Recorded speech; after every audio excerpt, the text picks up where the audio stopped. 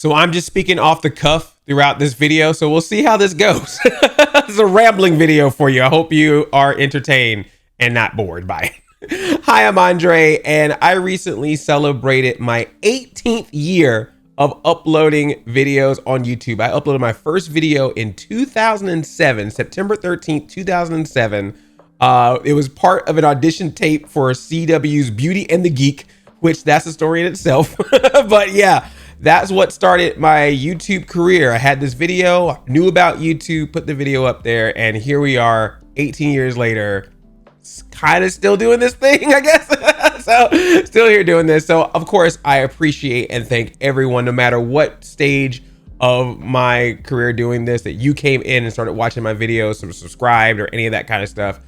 Thank you so much for your support. If you're brand new, hi, nice to meet you. Hope you like what you see. And if you do, please subscribe. But yeah, I really do appreciate the support for all the years. And it's been really cool to just be able to do this specific thing for so long. And that's not even including the stuff I did before it. You know, I was doing acting, improv, stand-up, public access, you know, all kinds of entertainment. And I still do other things outside of this. I've hosted different shows. I'm currently hosting a game show right now, a mobile game show. If you download the Portal 1 app, I'm one of the hosts on that app for their game show. So I've been able to have a lot of wonderful opportunities as a result of doing this, which is really cool because if you think about it, I'm a 6 foot tall black man going out on auditions. You can probably guess the types of auditions I would get, being this tall, being this big, and being this black. so to be able to craft what I'm like, be able to craft what my interests are and put that out there in video form, and then have you support that and then get opportunities based on that. So I'm really getting to be my authentic self in even the projects I do outside of YouTube as well as on it. Man, yeah, that's just really, I will never take it for granted. You know, no matter the challenges, no matter the hardships that happen sometimes with this, it's amazing that this has happened. And again, I think all of you who've been truly supportive. Lately, the last couple years of getting to this milestone have been bittersweet, if I'm just being honest. And I think I'm being kind of transparent about that, because I think it's usually common when a content creator has a milestone to just always be like, it's the best, everything's awesome, we're the best, this is great, you know, and I still feel those feelings. I definitely have those feelings, but you know, it is bittersweet. Like there are some elements that I look at, not necessarily in a negative way, but just more I've seen so much of this space and how much has changed in this space. And there's always going to be the question of relevancy when you've been in something for so long. Do you still fit the ecosystem of the thing that you're in? Because it clearly is not the same as it was when you started. And there's been multiple stages of it since you started. Do you still connect to it? And I think in these last few years, that's been a big question for me personally, because so much has changed with it on a grand scale. You know, before it used to be, oh, there's some changes to YouTube specifically. And so it's like, okay, well, what do we have to do to adjust to this new YouTube feature or this new YouTube product or whatever? It was always very much enclosed into YouTube, because YouTube for a very long time was the place to do video. There were always some other ones that would pop around. I don't know if anyone remembers Rever. I don't know if anyone remembers blip.tv or any of these other ones that popped up from time to time as the true YouTube killer that did not do it. Rest in peace, Vine. But YouTube was always the king for a very long time. But I think it's very safe to say that this is the first time that I can even recall. I'm not saying YouTube is not the king, but I'm saying they are not the only player in town when it comes to video content creation. We obviously have TikTok. For now, we obviously have Instagram Reels. Twitch, of course, is very prominent, particularly when it comes to live video. And there's some other ones out there here and there as well. But it seems like being a content creator, there's so many different ways to do it now. It used to just be you make YouTube videos or you make Twitch gaming streams. Now you've got people who are on Twitch popular who ain't even playing video games. You got people who are becoming popular with YouTube Shorts or YouTube Live. And then of course you got people who are popular on TikTok that don't even have a YouTube channel. It's just so interesting how varied it is, because back in the day, you used to be called a YouTuber because that's all it was. Now you're a content creator or you're an influencer, and you can have that mean a variety of things in a variety of places. And so that has been obviously a change that I've had to experience as someone who has spent a large part of their content creating career on this one app. And then the app itself, YouTube, has changed so much. So different what it was. They're pushing shorts now. The partner program is completely different. That's gone through a lot of changes. We have so many really well known or well done smaller creators. Like, back in the day, it was always about get your subscribers. You want to hit that million, which some of us still hasn't hit yet. 18 years and I still ain't got 1 million subs. I don't know why. That's how it is, man. You roll the dice the way that they roll, right? But yeah, you got people who now, they only have a few thousand, sometimes even a few hundred subscribers, but their videos they're getting more views than they're getting subscribers on their videos. They're making a name for themselves. They're making niche names for themselves in certain fandoms or certain markets. So like I said, the game has changed. There's also the trends now, people using sounds and dances and all these other, there's just so many different things. And I know I'm sounding like an old man yelling at the cloud right now. These dang fangled kids and their new hip trends. But no, I'm just trying to explain that there is a lot more in the idea of content creation than there used to be. And so what can be a challenge for someone like me, because it's very easy to do this, is to be stuck in your old ways, to have done content creating a way that you've been used to. And even though you see the constant waves of change, you want to stay tried and true to what you do, and you don't make those changes. And that can be a challenge, because you always want to stay real to yourself. You always want to do what feels right to you. But at the same time, when you see that differences are happening, it does become that thing of what's the saying goes, like doing the same thing over and over again, hoping for a different outcome. Like you can get that feeling sometimes. Also, what's tough, what I've noticed as these trends and things pop up there, some things don't work for me. Like there's some things that are some ways of creating content, there's some themes of creating content that are very popular that I go, that's not for me though. Like I get it, I understand it, and no offense or no shade to anyone who makes it or anyone who consumes it, but that's not me. That's not my style. But there's always certain things when it comes to creating content where it is like, well, hey, that is a new standard. That is a way of creating. Like the amount of content that we get because of short form video nowadays has really changed. I even think that's even happened a certain way with YouTube. YouTube is a very interesting place right now, because on one end, you do have these short videos, whether it's YouTube shorts or even just short long form video. Does that sound right? Short long form videos, short this size video. You got these and you got these. They're frequent. Like you have to make multiple of those constantly, daily even, right? But then at the same time, we also have these videos that are popping up. They're like 30 minutes, 1 hour, hour and a half, 2 hours, like full on almost like documentary style videos that are becoming big because there's a huge surge of people watching YouTube on television, like literally pulling up their YouTube channel on TV and watching it in the background. We know a lot of people do that. I've had people tell me that all the time, that they listen to my videos in the background.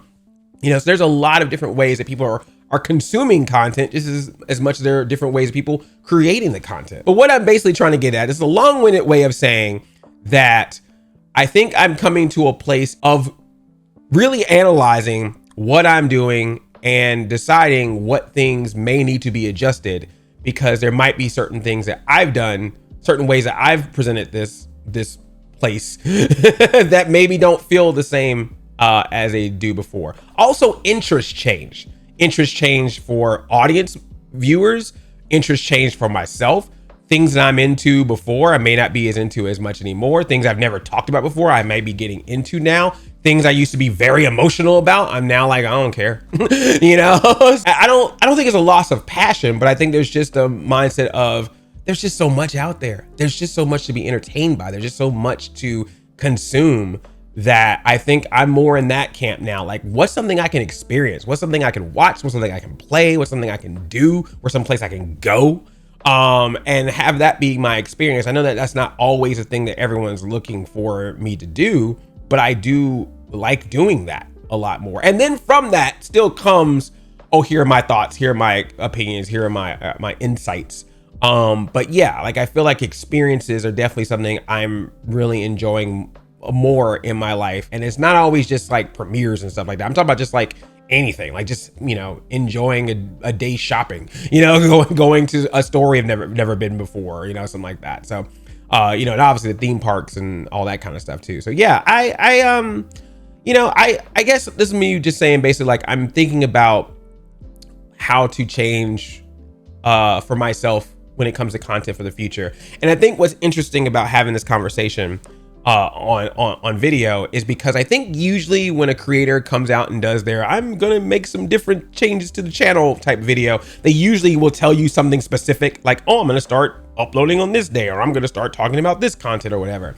I think what's interesting with this one for me is that I don't really have a fully laid out plan. Like, I just feel like I feel change is needed, but I don't know 100% exactly what it is. And I may not be able to figure out what that is until I just try.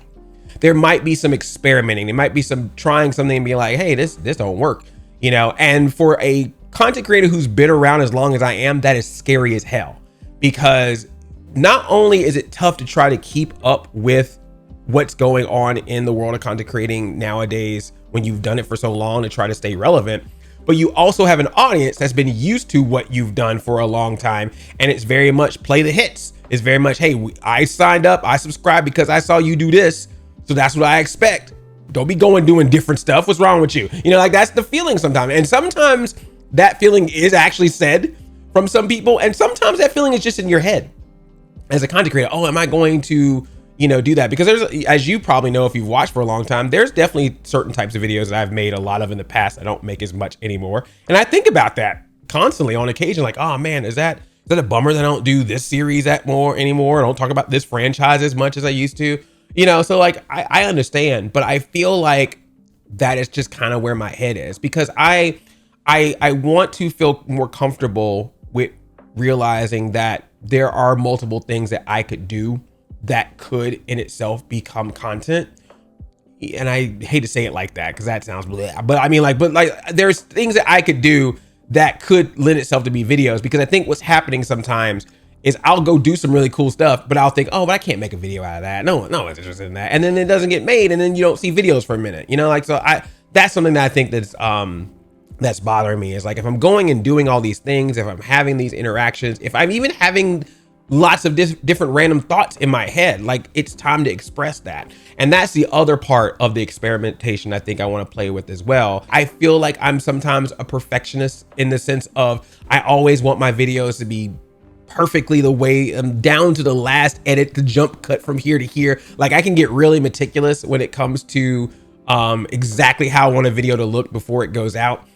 I think that's something I may need to sort of work on personally, of just like not feeling like it has to be absolutely perfect. Sometimes a video gets to a certain place where you go, that's as good as it's going to get. Your extra time you're going to spend to perfect that is not going to turn into, you know, 1 million views or something like that. Like, it's going to do fine the way it is right now and be comfortable with that. For example, just doing this, like, it is very tough for me to just want to come on video and just talk without feeling like, oh no, I need graphics. I need, you know, random cuts to things. I need to have all this other stuff going on. And it's like, look, I'm already here. I've got the colorful background. You know, I got a good microphone. Like, hey, I'm good. I still worked a lot to make it look and sound a certain way to make it, you know, above average.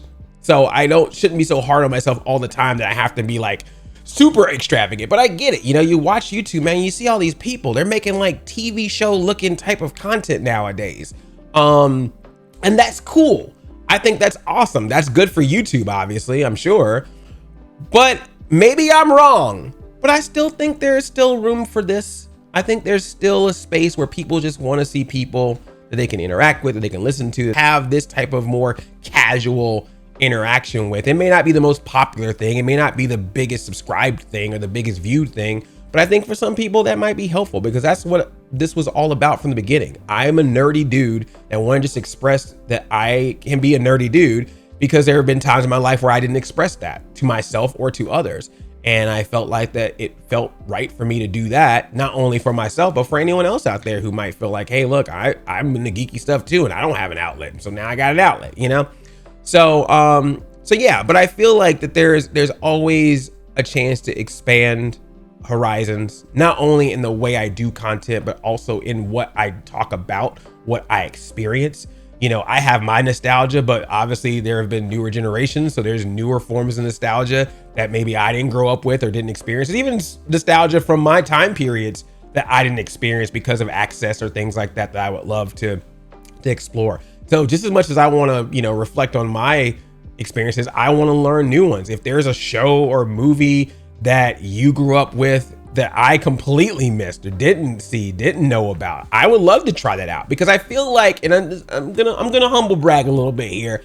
I feel like I'm the type of person that can watch something that's not from my era or play something that's not from my era. And even if it's not 100% my thing, I can still look at it and go, but I understand why in 2008 that would have been popular. I understand why in 1960 that would have been popular. Like, I feel like I have that skill of knowing, based on what was going on at the time, based on the trends of the time, why this cartoon was the one that everyone grew up with the same way that I was about Ninja Turtles, like something like that. So, so I'm always interested in that. You leave your suggestions. I want to explore more, not just the things that I love, but why I love them. Because I feel like, if I'm just being completely honest and transparent, this is, again, no shade to other creators out there, but I feel like particularly in the fandom space, that's kind of missing a little bit. We hear a lot about the history of analytical debates and whatever about these particular franchises or how this got made and this, that, and the other, or just box office or Rotten Tomatoes or Metacritic scores. But sometimes I feel like what's missing is, why was this a thing? Why was this popular? Why do so many people love it? Why are so many people still liking a certain thing 20, 30 years later? There's something special about that. And I think that's something AI can't do. They can't tell you that. That only can be told from human experience, right? So yeah, I think there's something interesting about that, not only for the things that I love, but also for the things that other people love. So I would love to experience that. And then when it comes to new stuff, I'm cool to talk about it. I just, again, gonna walk on eggshells. I still like talking about the new movies. I still like talking about that kind of stuff, but no, I'm gonna be real. I appreciate opinions. I appreciate criticism. I appreciate nitpicks, but I can't get into the whole, I'm a fan of something, but every single time I talk about it, I'm gonna talk about how I hate it. Like, I just can't, that space that just don't roll with me. I'm not always positive 100% about everything. This is the guy that came up with the good, the bad, and the nerdy. Like, I used to say my nitpicks as well as my positives. There are things that I can see flaws of and still absolutely enjoy. There's some things that may not be for me, but I can see why other people like it, or I can still find good things in it. That's how I've always been since I started this channel, and that's how I'm always going to be, because I made this to have fun. I came here to have a good time because I know the world sucks. That's the big mystery, everybody. That's the secret. Like the Hulk, I'm always angry. I always know the world sucks. The reason why I laugh and joke about Nintendo dropping Virtual Boy, or this silly movie from the 90s that makes no sense, or an old cartoon from Saturday morning, or going to see superheroes on the big screen, it's because I know the world sucks. I want my fun wherever I can get it, and these are the places I get it. And so I'm not gonna bring that energy into those things if that's the place I'm already feeling like that is the case. Now, that being said, it doesn't mean that you can't learn things. Like, you could have this be your escapism and still take some knowledge from that to be like, oh, that's how you should treat people. That's how you should be kind to people. That's how you should do this and do that. You still have that in there, but I'm just saying, this is supposed to be fun. It's entertainment. It's all about having a good time. And that's all I'm about, is having a good time, But I also feel like there are times where I want to do like what I'm doing right now. It's just real talk with you. I know sometimes I think about my name sometimes, Black Nerd Comedy, and I think sometimes that puts a pressure on me to constantly be like, I gotta come and I gotta come with the funny or the silly or the wacky or the whatever every time. And I still want to do that. I still want to laugh at reactions. I still want to giggle. I still want to make jokes. I still want to be silly. I still want to make impressions and all that kind of stuff. But I think that it's kind of fun sometimes, and maybe a little helpful to just come with you as a real talk conversation, because just as I'm getting older and want that at times, I'm sure a lot of you obviously have grown older from whenever you first saw me to now, and maybe want some of that from me as well, so that sort of thing. I'm not saying I'm going to get all like super serious here all the time, or anything like that, but it just, sometimes I think it is good to just come in and have a chat. So that's something I'm trying to be more aware of as well, and be more comfortable with. It's just like, hey, sometimes just make a video where, one of you ask me a question about something, where it's about a certain franchise or about something about my YouTube career, or just some general, topic or theme, and just have a little rambling chat like this about it, and just have my thoughts put out there. That sort of thing. I think experimenting is the key. I think experimenting, expanding horizons, trying some different stuff. Some of it's going to be short, some of it's going to be long. I know TikTok and Instagram aren't for everybody, but I will probably sometimes make stuff there that don't make it here. Just as much as I would like to make more things here that are very much YouTube. This is a very much a YouTube video, what I'm doing right now. So, you know, I think there'll definitely be some of that. But yeah, I think that that's what I would like to do, because I feel like if I expand my horizons on both the things that I like to talk about, the things that I want to talk about, things I may not know I want to talk about, but will now learn over time, as well as how I put it out there, I think at the end of the day, that has to lead to more content for you, which is that's ultimately what I would like to do. Just make more things for you, and make more things for myself that I find fun. Because like I said, a lot has changed. And particularly in the last few years with the pandemic, with the strike, it was like there's a lot that has gone on. And I've had to try to adjust to it. And I think I've tried to adjust to it all this time with what I usually do when it comes to being a content creator. I think now I'm at the point where I'm just going, ride the wave, go with the flow, do whatever feels right. If at the end of the day, it just means that you get to make more stuff. And hopefully that works. And hopefully that will get me to that 1 million subscribers I cannot get to after doing this for so long. And also I think that's part of it too, is not even caring so much all the time about, oh, did this video perform as well or whatever. Look, man, even if 1,000 people see it, you know how big of a group of people that is, you know, or a few hundred, you know how big that is if you were to put those in front of you, you know, like that's still a lot. So yeah, I think part of that too is just not get so wrapped up around that. Hopefully that rambling made sense. Basically, what I'm here to say is just thank you so much for your support. Thank you so much for watching for this long, both this video as well as the YouTube channel as a whole. And all I'm just saying is don't freak out if you start seeing some things a little bit different when it comes to me uploading things here. Thank you for everyone who's been supportive. Hopefully you'll be continuing that way as I, you know, go through this what almost feels like another phase of doing this. And yeah, I think I covered most of it. Thank you all so much. And I'll end it like you know. I love you like a play cousin. I'm Audi 5000. And just as a regular ending, thank you. Take care of yourselves. Crazy world out there. So do whatever makes you happy. I think that did it. I don't know.